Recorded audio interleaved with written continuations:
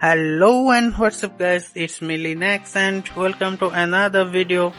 একটা ছেলে যে স্বপ্ন বলতে পারি সবচেয়ে শক্তিশালী হওয়া এবং সেজন্য ছেলেটি এমন একটা স্কুলে ভর্তি হয় যেটা নামে মাত্র স্কুল এবং আসলে সত্যিকারের সব গ্যাংস্টারদের আখড়া। যে ছেলেটি এতদিন শক্তিশালী হওয়ার জন্য লড়াই করত এখন সে লড়বে মানুষকে সাহায্যের খাতিরে। তো ছেলেটি কি পারবে আদৌ তার লক্ষ্যে পৌঁছাতে, সবচেয়ে শক্তিশালী হতে? অ্যানিমেটির নাম উইন্ড ব্রেকার, যার শাব্দিক অর্থ করলে হয় যে সব নিস্তব্ধতা ভেঙে দেওয়া এবং অ্যানিমেটেতে তাই হয়। তো দেরি না করে let's play the fun begin.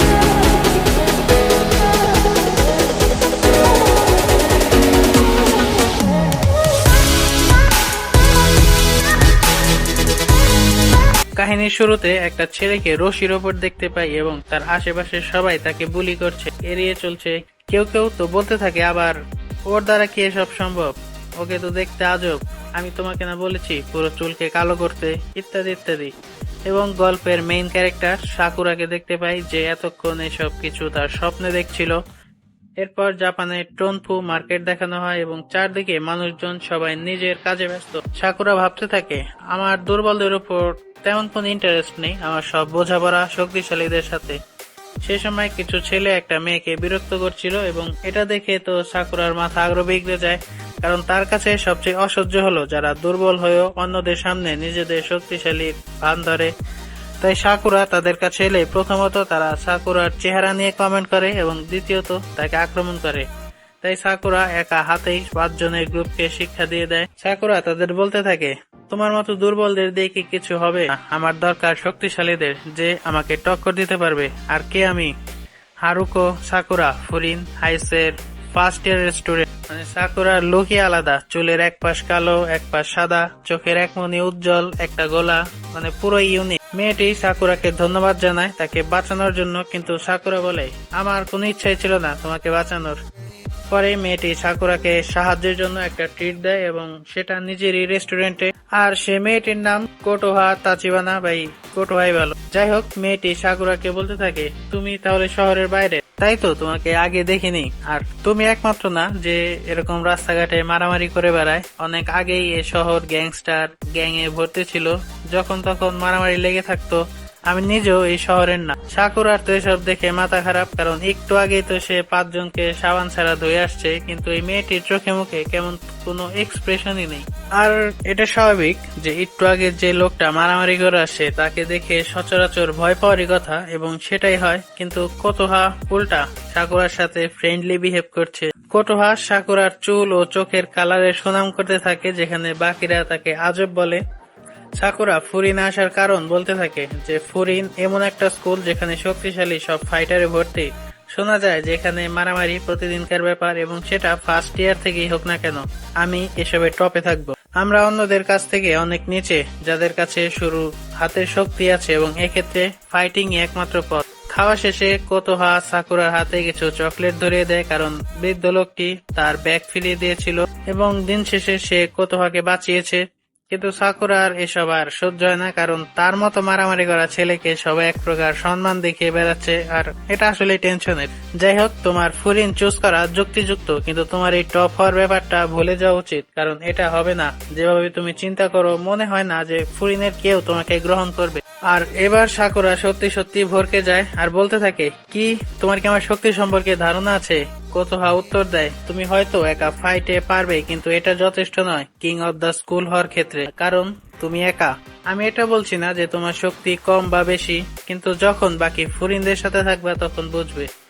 এদিকে কিছু পাপি এসে শহরে ভাঙচুর শুরু করেছে এবং এটা সেই যারা প্রথমে কোটোহাকে ডিস্টার্ব করছিল, এখন এসেছে পুরো এক গ্যাং নিয়ে। তার উপর আবার সাকুরাকেও পেয়ে গেছে, তাই এ সুযোগ কেউ ছাড়ে। সেই গ্যাংস্টারটি আবার সাকুরাকে তার কালার নিয়ে মস্করা শুরু করে, কিন্তু সাকুরা সে ধান্দায় নেই। তার কাছে সে যাকে পিটাবে তার থেকে সে উত্তম এবং এভাবেই সে স্কুলের টপার হবে।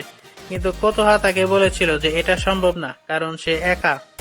কিন্তু এবার সাকুরা করে দেখাবে যে সে কি জিনিস, তাই সে আবার সবার সাথে শুরু করে দেয়। তার চিন্তা ভাবনা যতক্ষণ সে লড়বে ততক্ষণ সে শক্তিশালী এবং ততক্ষণই সে টপ হওয়ার যোগ্য।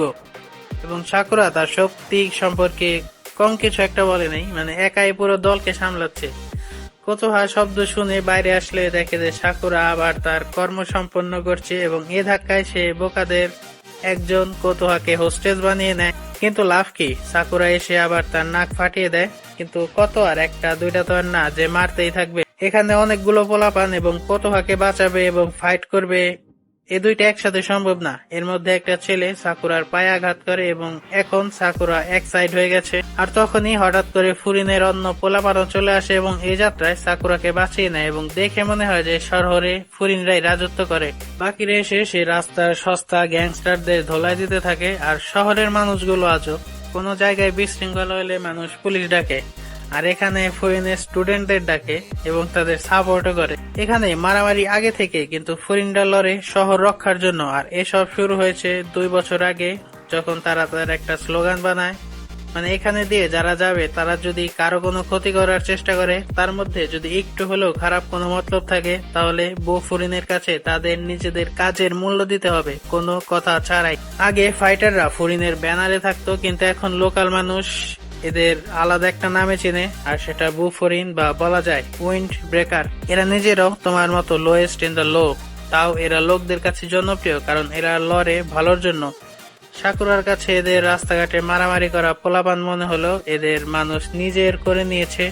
কোতোহা বলে, সাকুরা তুমি হয়তো নিজে অনেক কিছু করতে পারবে, কিন্তু আমার মনে হয় না শেষমেশ সবকিছু এভাবে শেষ হবে, কারণ যারা এই শহরকে ভালোবাসে তারা তোমার ভরসায় থাকবে। তাই সামনে তাকাও আমাদের দিকে, তাহলেই তুমি খুঁজে পাবে যেটা তুমি খুঁজছো। আর সাকুরাকে দেখে মনে হয় যে সে এখন এসব গ্রহণ করতে শুরু করেছে।